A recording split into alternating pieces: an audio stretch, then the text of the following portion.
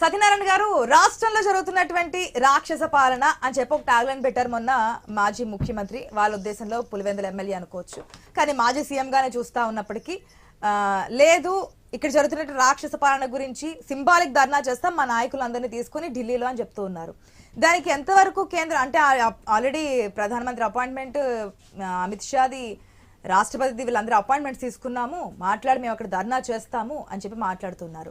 ఏంటి శాంతి భద్రతలకు సంబంధించి ఇది విజయసాయి రెడ్డి చెప్తున్నటువంటి వెర్షన్ ఏంటి? లేదు, ప్రత్యేక హోదాకు సంబంధించి ఇప్పుడు వీళ్ళకి అవకాశం ఉన్నప్పటికీ క్వశ్చన్ చేయట్లేదు, రాష్ట్ర ప్రయోజనాల గురించి కాదు వ్యక్తిగత ప్రయోజనాల కోసమే వీళ్ళు మాట్లాడతారు కాబట్టి మేము దీని గురించి తప్పకుండా క్వశ్చన్ చేస్తాము, ధర్నా చేస్తామని చెప్తున్నారు.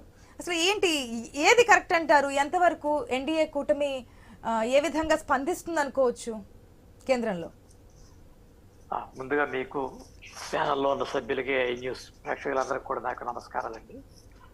అంటే రాజకీయ పార్టీల యొక్క ఆలోచన విధానం బట్టి, వారు తీసుకునేటటువంటి నిర్ణయాలు బట్టి వారి రాజకీయ భవిష్యత్తుతో పాటు ఆ రాజకీయం నడిపేటటువంటి ప్రక్రియ ఉంటుంది. ఇందాక నాగార్జున గారు కొన్ని విషయాలు చెప్పారు. విభజిత ఆంధ్రప్రదేశ్కి సంబంధించినటువంటి విషయాల పట్ల ఒక రాజకీయ పరమైన నిర్ణయం తీసుకుని కేంద్రం నుంచి వచ్చేటటువంటి నిధుల విషయంలో రాబట్టేటటువంటి ప్రయత్నంలో ఈ యొక్క రెండు ప్రభుత్వాల యొక్క అనుసరించే విధానాన్ని బట్టి ఆ రాష్ట్రం యొక్క అభివృద్ధి కానీ లేదా దాని తిరోగమనం కానీ రెండు ఉంటాయి. ఇక్కడ రాజకీయమే ప్రధానమైన ప్రస్థానమా, అభివృద్ధికి ప్రధానమైనటువంటి పీట వేయాలా అనేటటువంటి ప్రశ్న ఉత్పన్నమైనప్పుడు ఇక్కడ వచ్చినటువంటి ప్రశ్న ఏంటంటే, ప్రత్యేక హోదా అనేటటువంటి ఒక ముగిసిన అధ్యాయాన్ని తరచూ రాజకీయానికి ఎదురపెట్టుకుంటారు.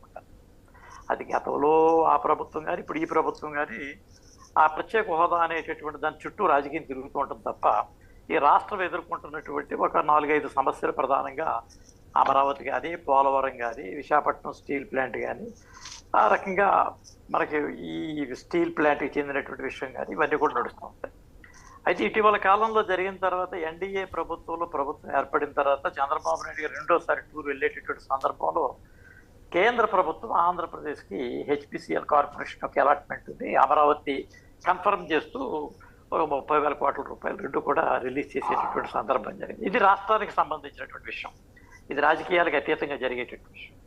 కానీ ఇక్కడ జరుగుతున్నటువంటి విషయం ఏంటంటే, అభివృద్ధి అనేటటువంటి పాయింట్ ఇవన్నీ కూడా కాకుండా ప్రజల యొక్క మనోభావాలతోటి రాజకీయం చేసేటటువంటి యోచన రాజకీయ పార్టీలపై ఉన్నప్పుడు సహజంగా అభివృద్ధి అనే దానికి రెండో ప్లేస్లో పోతుంది. దానికి ఏంటి, ఫస్ట్ ఏంటంటే ఎమోషన్స్ తోటి మనం కనెక్ట్ అవ్వాలి. ఎమోషన్స్ కనెక్ట్ అవ్వాలంటే అభియోగం స్టార్ట్ చేయాలి. అభియోగం స్టార్ట్ చేయాలంటే ఇప్పుడు రాక్షస పాలన లేదా సైకో పాలన వాళ్ళన్నారు, ఇప్పుడు రాక్షస పాలన ఏంటంటే ఈ రెండింటి మధ్యన జరిగేటటువంటి ఒక సంవివాదం ఇది. ఇందాక మిత్రులు ఒక విషయాన్ని ప్రస్తావించేటప్పుడు ఏ రాష్ట్రంలో అయినా సరే ఆ నేరాన్ని ఆపేటటువంటి ప్రక్రియ ఎవరి చేతిలో ఉండదు. అంటే మనకు ఉన్నటువంటి జనాభా నిష్పత్తిని బట్టి దాన్ని నియంత్రణ చేసే పోలీసుల యొక్క సంఖ్య సరిచూసినప్పుడు ఆ సంఘటనను నిలువరించేటటువంటి ప్రయత్నం ఉండదు. కాకపోతే తదనంతర పరిణామాల్లో ఆ ప్రభుత్వం ఏ మేరకు దర్యాప్తు కొనసాగించింది, ఆ ప్రభుత్వం తీసుకున్నటువంటి చర్యలను బట్టి ఆ ప్రభుత్వం యొక్క చిత్తశుద్ధిని లెక్క చేసేటటువంటి పరిస్థితి ఉంటుంది.